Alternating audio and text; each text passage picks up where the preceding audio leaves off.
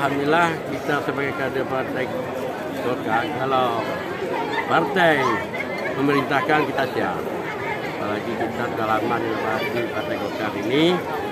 Kemudian apabila ada masyarakat mengharapkan ada simpatisan masyarakat, ya, kita secara pribadi kalau saya diusungkan oleh partai Golkar, saya siap.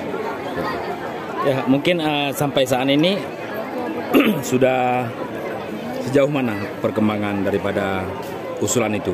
Usulan kami di Partai Golkar ada mekanismenya dalam penjaringan untuk pilkada yang diusulkan oleh Partai Golkar. Tetap harus melalui tahapan survei. Ya.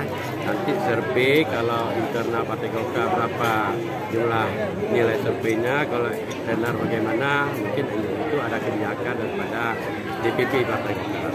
Apakah pertemuan malam ini adalah salah satu bentuk pertemuan untuk persiapan pilkada atau gimana?